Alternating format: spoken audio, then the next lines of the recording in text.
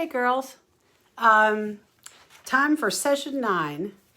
It's tomorrow, January the 31st's lesson.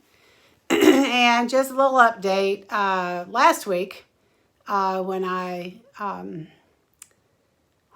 gave the lesson, taught the lesson in Sunday school, I was positive for COVID and I didn't even know it. So I had been tested the previous Wednesday in lieu of a doctor's appointment for February the 4th, and lo and behold, I was positive for it. So this past week's been a little intense. I was given medications, and I was able to have that antibody infusion on Monday this past week, and it was a lifesaver for me. So today I feel much better. My official quarantine isn't over until tomorrow. So I'm coming to y'all via YouTube again. I apologize for slapping all of these on you at once. But I just didn't feel very good last week. But God had more plans for me than to give up to COVID. So I immediately called everybody that was in class. I hadn't been in church, just Sunday school, so I was able to talk to Brenda and Shirley, and Shirley's granddaughter, Mary Ann, so that everybody knew that you had been exposed, and I'm so far, I think everybody's fine. Talked to everybody. So now, let's jump off into the lesson. We are in Luke chapter 5 this week. And the title of today's lesson is called Followed.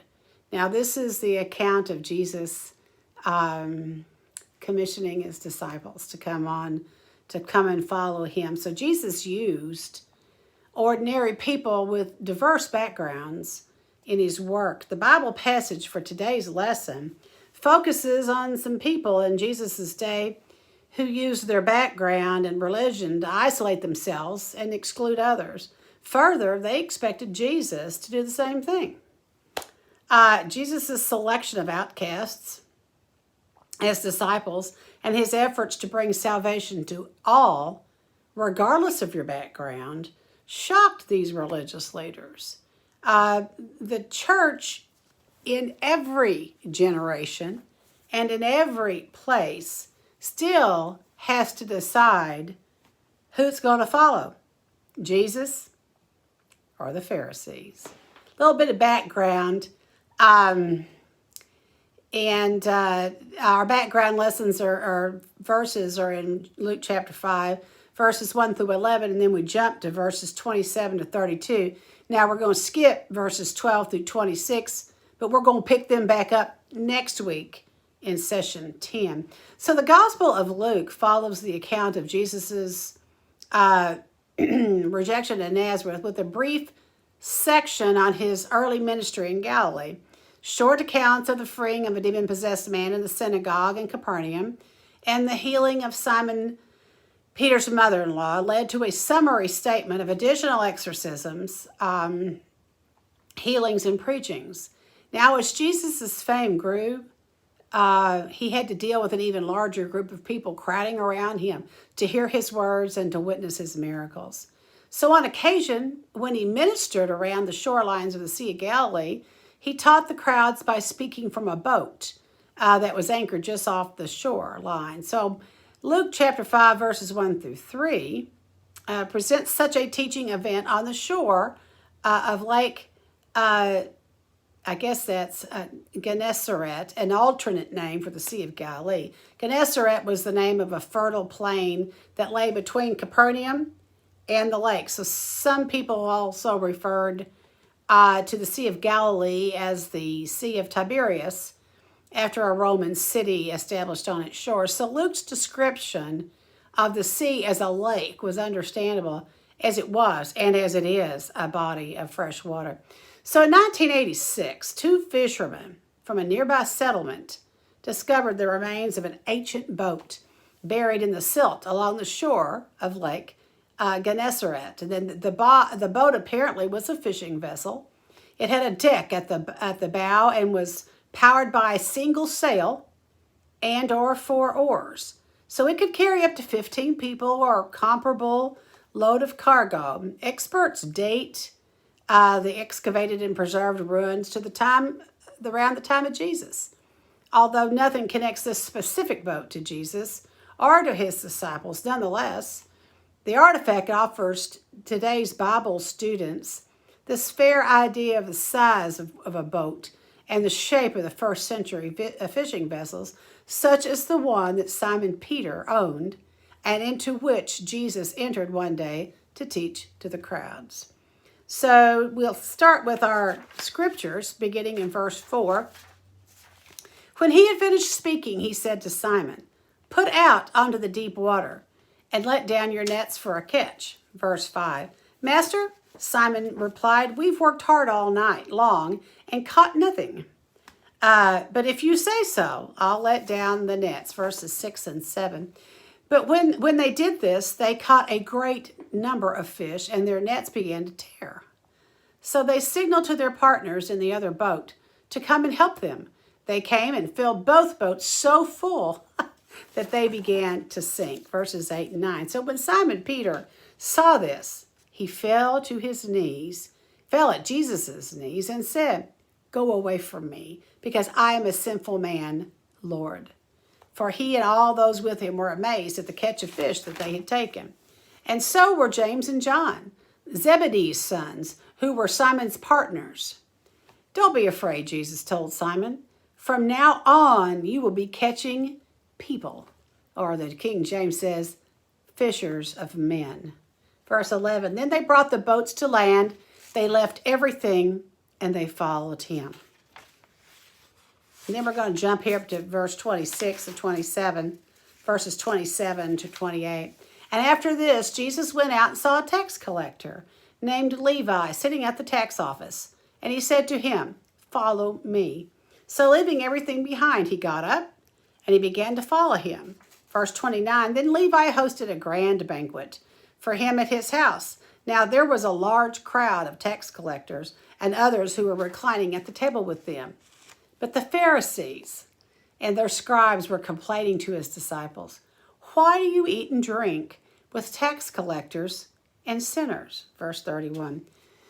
Jesus replied to them, saying, Is it not those who are healthy? It is not those who are healthy who need a doctor, but those who are sick." Verse 32. I have not come to call the righteous, but sinners to repentance." So we're going to see a little bit already starting in with the impasse with the Pharisees and the scribes. Luke used this section, verses 4 through 11, to introduce his gospel audience to Simon Peter, as well as the brothers James and John. Although this is the first appearance of these men in Luke's gospel, they might have met Jesus prior to this event. John's gospel records an earlier occasion when Peter's brother Andrew introduced Peter to Jesus as the long-anticipated Messiah. Since James and John were Simon Peter's partners in the fishing business, it seemed reasonable to think that they had also heard of Jesus, perhaps even met him soon after Andrew and Peter's first encounter. Verse 4, "When he had finished speaking, he said to Simon, Put out into the deep water and let down your nets for a catch." Verse 5, "Master," Simon replied, "we've worked hard all night long and caught nothing. But if you say so, I'll let down the nets." Verse 6 and 7, "And when they did this, they caught a great number of fish, and their nets began to tear. So they signaled to their partners in the other boats to come and to help them. And they came and they filled both boats so full that they began to sink." So in verses 4 through 7 here, when the crowds around Jesus began to grow, he turned a lake into an outdoor amphitheater. After teaching the crowd from Peter's boat, Jesus directed the fishermen to take him out into the deep water. The first century fishermen fished with nets. They let down their nets into the water to trap schools of fish that were swimming by. It is interesting to note here the confidence with which Jesus directed Peter and his associates. The Lord didn't just suggest the possibility of a windfall. he guaranteed a catch. If they would trust him, they would see a result. So fishermen worked at night when there was less activity on the water. Plus, fish were generally more active and came closer to the surface for food after the sun went down. So the work of throwing out and pulling in nets was very physically taxing. Peter and his co-workers had just finished a long and a very unproductive night of doing just that before allowing Jesus to use their boat. So now Jesus was asking them to go back out in what may have been the least logical time of the day to fish. And even though they had worked hard all night and they had caught nothing, Peter agreed to follow Jesus' instructions. And as promised, Peter and the other fishermen experienced the unbelievable and the unexplainable. The nets that had come up empty time and time and time again just the night before now captured a great number of fish. In fact, the haul was so large that their nets began to tear under the strain of the weight of these fish. And so, realizing that they had more than they could handle alone, the folks in Peter's boat called out to their partners for help.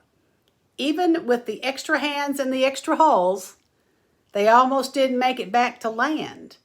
The fish filled both boats to the point that the vessels began to sink. Jesus always keeps his promises. More times than not, he comes through with more than we could ever think or imagine. If Peter and his buddies had been skeptical about Jesus' request before, now that skepticism was removed beyond a doubt. Verse 8 and 9. So when Simon Peter saw this, he fell at Jesus' knees and said, "Go away from me, because I am a sinful man, Lord." For he and all those with him were amazed at the catch of fish that they had taken. Verse 10. And so were James and John, Zebedee's sons, who were Simon's partners. "Don't be afraid," Jesus told Simon. "From now on, you're going to be catching people, fishers of men." So the experienced fisherman here understood this was not a fluke or a stroke of luck. Peter had heard Jesus' teachings and had seen him heal a member of his own family, his mother-in-law. But it was this display of divine intervention that moved him to worship. Peter demonstrated worship in two ways. First, he fell at Jesus' knees. This was a sign of humility and a display of honor for who Jesus is and what he had done. Some scholars also see a distinction in Peter's shift from master in verse 5 to Lord in verse 8. Because seeing is believing. So by itself, bowing down was not necessarily an act of worship. However, Peter's confession left no doubt that he now saw Jesus is more than just a teacher. The phrase, sinful man, indicates that Peter understood he was in the presence of someone with a capital S, worthy of worship. So Peter was not alone in his amazement, obviously. These fishermen could have had previous encounters with Jesus, but Luke emphasized the impact this particular fishing experience had on these future apostles. Everyone present was amazed at the catch. This would have included the fishermen, but also could have included members of the crowd who had stayed after Jesus was finished teaching. The sheer number of the fish would have been astonishing, but the timing during the day instead of at night made it even more incredible. Jesus responded to them with a common refrain, "Don't be afraid." Luke's focus was more on the call of Peter and the other fishermen than on the great catch of fish. By acknowledging his limits, Peter found hope and he found purpose. Jesus' words involved more than encouragement. They came with a command. And from this point forward, Peter and his associates would be pursuing a new call from God. Instead of catching fish, they were going to be focused on catching men. The great haul of fish was nothing compared to the number of people whose lives would be changed through the future ministry of these men. Verse 11. Then they brought the boats to land, left everything, and followed him. The exchange between Jesus and Peter apparently took place on the boat while the fishermen were struggling with the nets. The men eventually got all the fish and the nets into the boat, and then they brought the boats to land. The parallel account of this event in Mark's gospel reveals that Jesus called Simon Peter and his brother Andrew, as well as James and John as disciples on this same occasion. Luke focused primarily on Peter's call, yet the plural pronoun they in Luke 5, verse 11, indicates that others left everything and followed Jesus that day as well. Encountering Jesus, hearing his teachings, witnessing the demonstration of divine power moved Peter, James, and John to take radical turns in their lives. Peter confessed his sinfulness, admitting his unworthiness to even stand in Jesus' holy presence. Yet he also learned that his past sinfulness, having been forgiven, did not disqualify him from serving a merciful, life-transforming God. Thankfully, God deals with his children today in the very same way. So let's jump to verse 27 of chapter 5. As Luke continued his account of Jesus' early ministry in Galilee, he told of Jesus' healing of a man with leprosy. And the leprous man showed great faith in presenting himself to Jesus. And Jesus showed amazing compassion in touching someone who society deemed untouchable.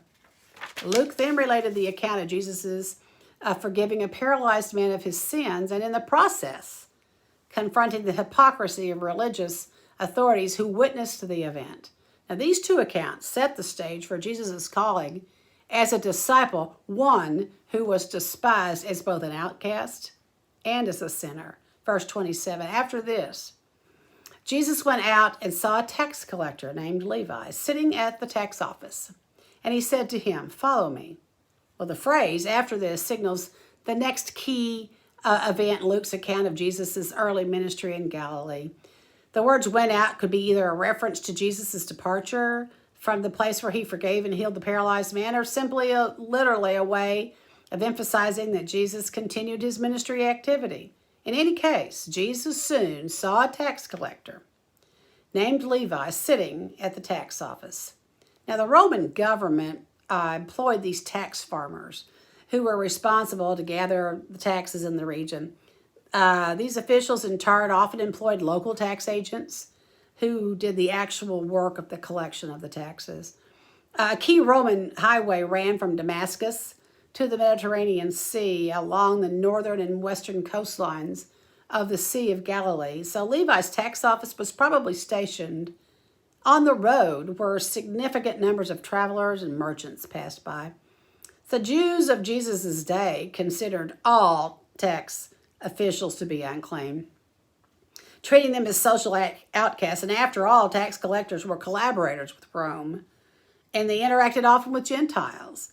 And they handled money that bore pagan images. So Jewish leaders might do business, if necessary, with certain disreputable individuals. But tax collectors were never welcome in observant Jewish circles. Luke identified the tax collector who garnered Jesus' attention as a man named Levi. Now, in Matthew's gospel, the same man is identified as Matthew. He is the writer of that gospel. And Mark's gospel adds that Levi was the son of Alphaeus. The recorded conversation between Jesus and Levi in all three gospel accounts consists of only two words. Jesus said to the tax collector, "Follow me." And Levi would have understood this call as an invitation to become Jesus' disciple. It would have involved leaving behind his tax business and self-made plans for his future. Levi had to make an abrupt, life-changing decision of submission, trust, and obedience. Verse 28, so leaving everything behind, he got up and he began to follow him. So the cost of discipleship can be high. And that not all will accept the invitation. But later in his gospel, Luke included an account of a wealthy young ruler whom Jesus challenged to sell everything, distribute the money to the poor, and then to come and follow him. Now that young man turned away from becoming a disciple, presumably because he decided the cost was too high. By contrast, Levi left everything behind, got up, and began to follow Jesus. Notably, Jesus did not make a blanket demand for all of his followers to sell everything they owned. Peter, James, and John, for example, were not told to sell their interest in their fishing business and distribute the proceeds. Zacchaeus, also a tax collector, voluntarily committed to give half of his wealth to the poor and pledged to repay fourfold anyone he had overcharged. Taken together, these passages emphasize that Jesus' key demand for discipleship involved the removal of anything standing in the way of wholehearted commitment. So the invitation to follow Jesus today is just as personal and just as absolute. So then as we move into verses 29 through 32 and conclude, Jesus' behavior genuinely mystified the Jewish religious leaders of his day. The most prominent group at the time were the Pharisees, and sadly, their devotion to the law led them to a legalistic application and disdain for those who did not adhere to their rigid traditions. So when Levi hosted a reception for Jesus at his home, some nearby Pharisees and scribes criticized Jesus for associating with sinners. Verse 29. Then Levi hosted a grand banquet for him at his house. Now there was a large crowd of tax collectors and others who were reclining at the table with them. So as scandalized as Jesus' critics may have been at his choice of Levi, the tax collector, to be one of his disciples, the critics found what happened next to be almost unbelievable. Rather than separate from his former life and associates, Levi hosted a grand banquet for Jesus at his home, and he invited a large crowd of tax collectors and other social outcasts to the feast along with Jesus and his disciples. Verse 30. But the Pharisees and their scribes were complaining to his disciples, "Why do you eat and drink with tax collectors and sinners?" Verse 31. Jesus replied to them, "Is it not those who are healthy who need a doctor, but those who are sick?" Verse 32. I have not come to call the righteous, but sinners to repentance. Now, over there in verse 29, Levi hosted a grand banquet for Jesus, and he invited this large crowd of tax collectors and others. And the addition of others suggests even more despised members of society were present at the banquet. In Levi's own gospel, the Gospel of Matthew, his account of this party, he referred to sinners attending the dinner. This was a term used by the religious leaders to call out those who violated elements of the law, more out of hypocritical pride than a concern for their restoration. Luke's quotation of the religious leaders here in verse 30 affirmed their disdain for people who didn't fit their idea of spirituality. Verse 30 and through 32.